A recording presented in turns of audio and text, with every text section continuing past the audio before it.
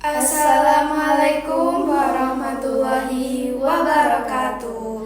Salam sejahtera bagi kita semua. Halo Sobat Wipa, kembali lagi di Tak Wow. Nah, pada segmen kali ini, bulan Ramadan kali ini, kita kedatangan tamu yang sangat spesial. Siapa itu ya, Kak? Siapa ya, Kak? Tadi kayaknya beliau itu udah mengisi materi seminar di Pondok Ramadan pertama kita. Iya. Siapa sih, Kak, kira-kira? Kira-kira siapa ya? Siapa ya? Kalian penasaran kan pasti? Kan? Ini, Kak, sebelum kita nyapa bintang tamu kita yang spesial ini, gimana kalau kita perkenalan diri dulu? Kan kalau tidak kenal itu tidak sayang. Jadi izinkan kami memperkenalkan diri. Perkenalkan, nama saya Yulia Sintiawati. Nama saya Humaira Octaviani Malika. Daripada berlama-lama, kita langsung sapa aja ya, Kak, ya. Bintang tamu spesial kita kali ini. Assalamualaikum warahmatullahi wabarakatuh, Ibu. Waalaikumsalam warahmatullahi wabarakatuh. Mungkin bisa perkenalkan diri dulu dengan Ibu siapa? Baik, ya. Assalamualaikum warahmatullahi wabarakatuh. Perkenalkan, saya Din Rahma Suryani, Master Pendidikan Islam. Saya kebetulan sebagai ASN Kementerian Agama Kota Surabaya, dan saya adalah pengawas PAI, SMA dan SMK Kota Surabaya. Iya, sebelumnya Ibu ini pernah mengajar materi di Sekolah SMA Wijaya Putra. Oh iya, betul. Jadi saya ini kali ketiga ya di SMA Wijaya Putra. Yang pertama saya ngajar dulu itu mengenai materi kepenulisan, bagaimana anak-anak bisa berdakwah dengan pena ya, atau dakwah bil qalam. Kemudian yang tahun kemarin saya ngisi juga mengenai bagaimana kunci sukses dengan ridho ilahi. Nah, kali ini saya tadi berbicara mengenai 7 kebiasaan anak hebat Indonesia yang nanti bisa menjadi keteladanan. Program apa aja sih, Bu, yang mungkin dapat dilaksanakan pada tema kebiasaan menjadi teladan ini?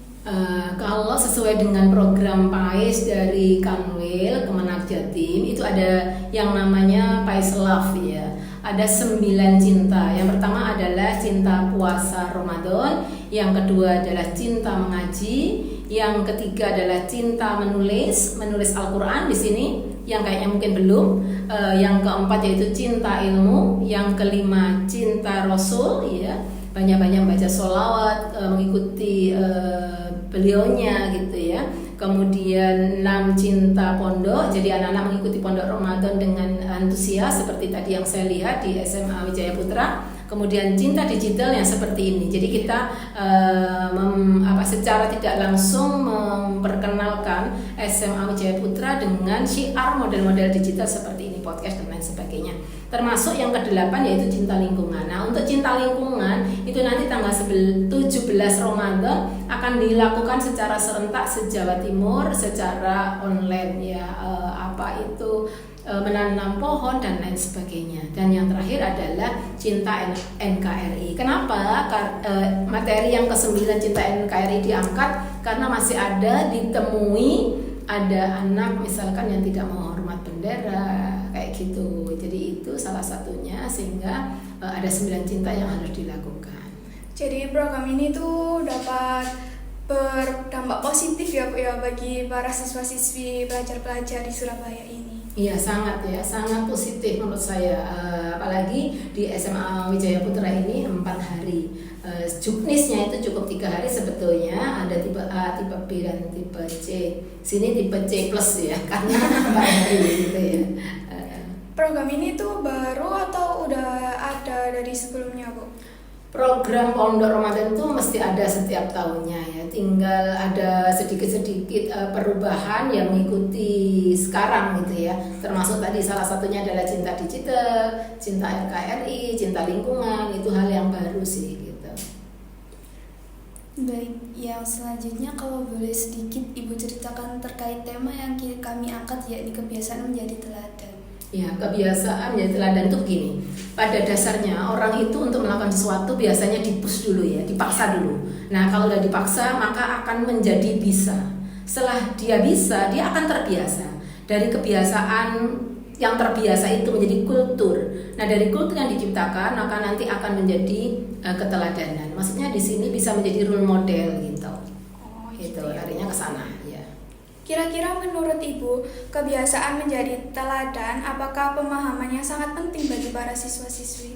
Sangat penting ya kalau kita berbicara dari apa yang disampaikan oleh Kementerian Pendidikan Dasar dan Menengah, ada 7 kebiasaan anak hebat Indonesia ya. Antara lain yang pertama tadi saya kupas yaitu bangun pagi. Nah ini kalau kita masuknya 6:30 pasti mau nggak mau si anak-anaknya bangun pagi. Iya. Tapi problemnya bangun pagi apa selesai bangun pagi gitu aja? Tidak. Yang di sini yang kedua itu adalah beribadah. Harapannya dengan bangun pagi dia melakukan sholat subuh. Syukur-syukur bisa sebelum subuh dia sholat. Karena di situ ada jaminan kata Nabi lebih baik dunia dan seisinya. Itu yang poin berikutnya.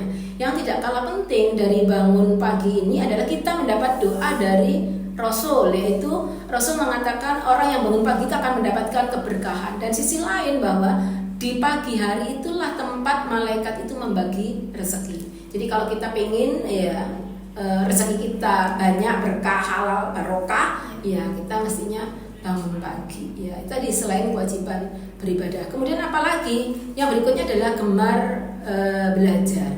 Nah ini kunci sih sebetulnya. Jadi bangun pagi, pikiran masih fresh gitu ya, kemudian ibadah, hatinya menjadi tenang karena sudah melakukan kewajiban kita, ketaatan kita kepada Allah. Kemudian yang tidak kalah penting ya usahakan anak-anak itu juga membantu orang tua, care di situ ya, sebisanya apa. Kalau yang putri mungkin bantu nyapu, yang laki mungkin prepare diri sendiri.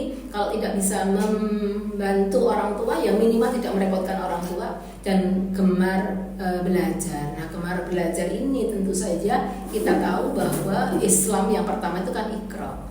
Ya, jadi membaca. Yang pertama memang dimulai dari membaca, kemudian bikin tim schedule yang bagus sehingga anak-anak punya perencanaan. Nanti harapannya kelas 12 itu dia eligible bisa masuk ke perguruan tinggi yang diharapkan. Ya, semoga semuanya tercapai cita-citanya anak kelas 12 ya. Amin. Amin. Kalau boleh sedikit Ibu ceritakan terkait tema yang kami angkat, yakni kebiasaan menjadi tauladan, Bu. Jadi kebiasaan jadi teladan itu hal-hal yang selalu terus-menerus dilakukan, jadi nggak berhenti. Artinya apa? Anak-anak itu mesti istiqomah. Jadi kalau misalkan jangan sampai kejadian menjelang ujian baru belajar semua kayak wayang, semua dikumpulkan tapi semua nggak sempat dibaca.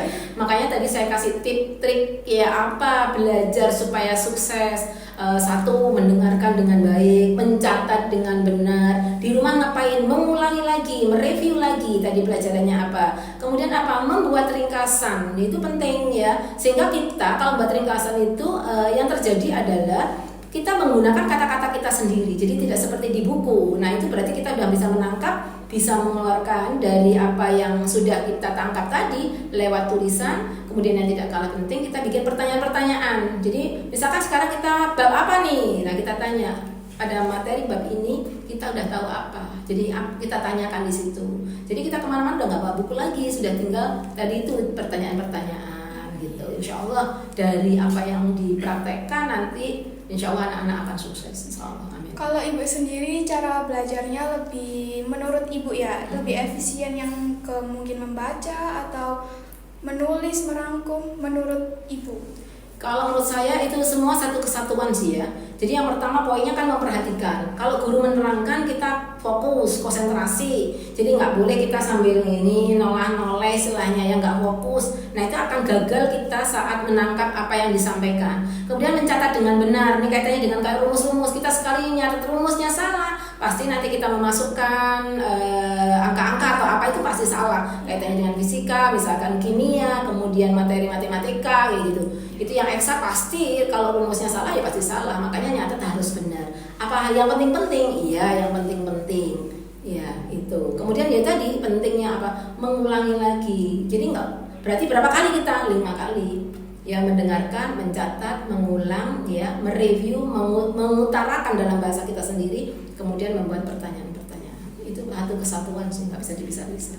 Kan ini ya Bu, kalau kadang anak itu belajar itu kan rata-rata itu pada bosan. Ibu punya trik nggak buat mereka itu biar nggak bosan gitu dalam pelajaran?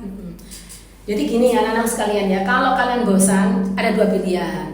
Kan gini, kamu mau gagal apa mau sukses? Gitu aja kan pilihannya. Kalau mau sukses masa depan ya memang kerja keras. Sama dengan kalau kita puasa pasti kita ketemu hari raya. Kalau orang nggak pernah puasa ketemu hari raya kan enggak. Jadi kita memang sekarang ini berlelah-lelah dulu katanya supaya lillah, supaya nanti kita itu mendapatkan ridha dari Allah, itu lillah. Artinya apa? Apa yang sudah kita upayakan nggak mungkin Allah akan mengkhianati usaha kita. Jadi hasil itu pasti dilalui dengan proses yang baik. Kalau pengen hasilnya baik. Jadi kalau anak-anak pengen sukses ya harus kerja keras. Kalau misalkan gini, mohon maaf ya, kita di Surabaya ini ada berapa sekolah negeri? Ada 22. Yang negeri itu kerja keras nggak semua? Pasti kerja keras. Yang swasta banyak lagi, lebih besar daripada yang negeri. Kalau mereka yang negeri aja udah kerja keras, apalagi kita yang swasta. Jadi harus double dong gitu ya. Energi kita harus powerful dong gitu. Tapi berhasil dan tidak itu bukan karena sekolahnya negeri atau swasta. Ya balik lagi ke diri kita, individu kita. Itu tadi ada namanya orang bejo atau orang untung ya. Tapi kita kan nggak hanya itu gitu ya. Sisi lain harus mempersiapkan diri dengan baik, memplanning dari mulai kapan? Ya sejak sekarang untuk next akan datang. Kita lihat nanti kayak apa 4 tahun atau 5 tahun yang akan datang. Kalau kita sekarang ini kerja keras, pasti nanti istilahnya madecer, masa depan cerah. Ya kan madesu ya, masa cerah. Jadi kayak kita harus berproses dulu ya Bu ya, Betul. untuk mendapatkan sesuatu hal yang baik. Gitu. Iya. Gimana pandangan Ibu menurut kebiasaan yang baik dan buruk yang biasanya ada pada pada diri siswa-siswi?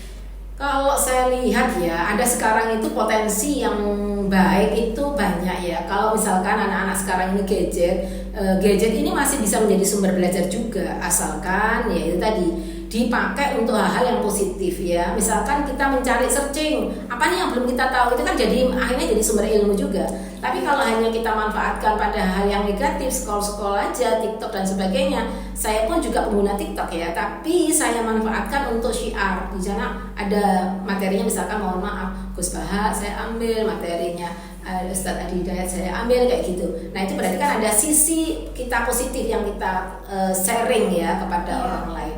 Nah yang lain yaitu tadi antara lain yang kebiasaan itu yaitu cepat tidur ya. Artinya kita tidak melakukan hal yang sia-sia, nongkrong-nongkrong, begadang itu kita hindari. Jadi kalau kita bisa memanfaatkan waktu dengan baik, wah insya Allah ya kita termasuk orang yang sukses atau beruntung ya. Tapi kalau kita menyia-nyiakan waktu ya sayang banget, karena waktu itu seperti pedang. Kalau kita gagal memanfaatkan waktu, kita tertebas oleh waktu tersebut, karena waktu nggak bisa diulang. Iya kan? Sehingga mumpung bulan Ramadan banyak-banyaklah mengisi kegiatan yang positif, hal yang baik, banyak belajar dan sebagainya.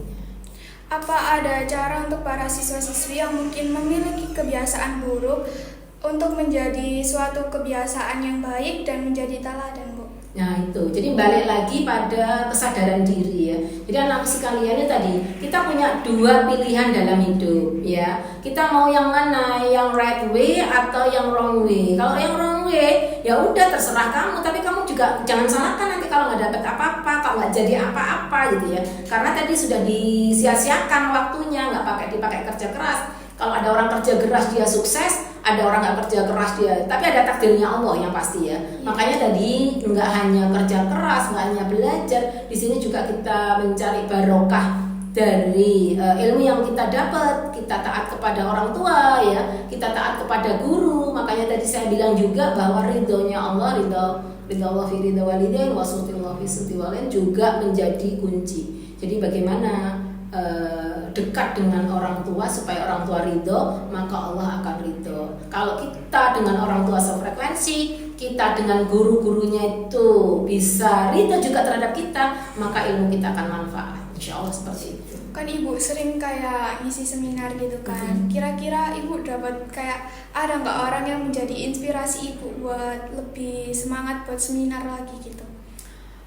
Saya setiap membaca atau melihat orang-orang sukses pasti saya terinspirasi termasuk itu kisah-kisah gitu ya. Kenapa ya orang ini sukses, kayak apa ya misalkan. Kalau misalkan saya punya sahabat yang usianya 84, dia masih berjuang dalam artian mau berdakwah, itu saya pasti terinspirasi. Semoga saya juga besok umur panjang, tapi umur saya juga berkah, bermanfaat juga untuk orang lain. Jadi bukan untuk diri kita sendiri, bukan. Jadi tidak hanya untuk keluarga kita, tapi juga bermanfaat untuk orang lain ya. Itu. Ini Ibu kan udah mengisi seminar nih di SMA Wijaya Putra. Kesan Ibu untuk hari ini gimana? Hari ini menurut saya anak-anak luar biasa ya, datang jam 7, semangat semuanya, sudah sholat duha, kemudian ngaji, artinya program PAISLAB sudah dijalankan hampir mayoritas di SMA Wijaya Putra ini. Kan masih ada 3 hari lagi ya. Nah, saya melihat bahwa tidak saja dari anak-anak, dari gurunya. Nah, ini adalah sistem yang di sini diciptakan oleh Bapak Kepala Sekolah Pak Andri Priyono ya. Luar biasa Pak Andri, saya selalu support ya apa yang sudah dilakukan di sini, semoga juga bisa menginspirasi SMA-SMA lain di Surabaya. Mungkin harapan Ibu ke depannya untuk sekolah SMA Wijaya Putra kan? Menurut saya karena sudah baik, mungkin ditingkatkan lagi, anak-anaknya semoga menjadi anak-anak yang soleh-soleha, anak-anak yang berprestasi, anak-anak menjadi generasi emas yang dibanggakan dengan tadi 7 kebiasaan yang sudah saya sharingkan kepada anak-anak. Bismillah, dengan menyebut asma Allah yang maha pengasih lagi maha penyayang, tidak ada yang tidak mungkin di dunia ini. Insya Allah Allah mengijabah doa-doa kita. Itu insya Allah. Sekian dari kami. Kami pamit undur diri. Jangan lupa like, comment, and subscribe. See you guys.